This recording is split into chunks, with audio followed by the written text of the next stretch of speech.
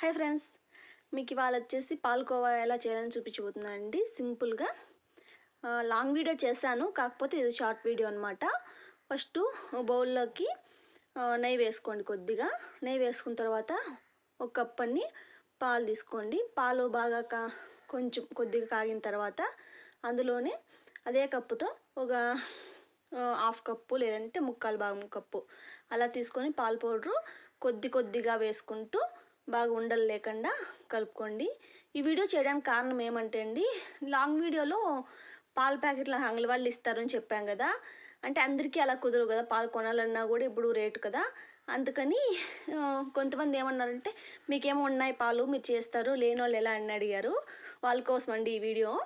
వాళ్ళైతే ఇలా ట్రై చేసుకోండి. పాల ప్యాకెట్ ఒకటి తెచ్చుకుంటే అలాగే పాలు పొడి తెచ్చుకుంటే సరిపోతుందండి. చాలా సింపుల్గా అయిపోతుంది. నేనైతే కొద్దిగా చేసి చూపిస్తాను.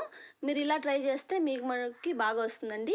ఇది తర్వాత బాగా కలిపెట్టేస్తే అలా వచ్చేస్తుంది. సపరేట్గా నా బౌల్లోంచి సపరేట్ అయిపోతుందండి పాలకోవా అంతా. ఆ తర్వాత కొద్దిగా నెయ్యి తీసుకొని ఇలా ఉండలు కానీ మీకు ఏ షేప్లో కావాలంటే ఆ షేప్లో తయారు చేసుకొని దానిపైన కొద్దిగా జీడిపప్పు ఇలా ఇదిరించుకునేసి తింటే కానీ సూపర్ టేస్ట్ అండి.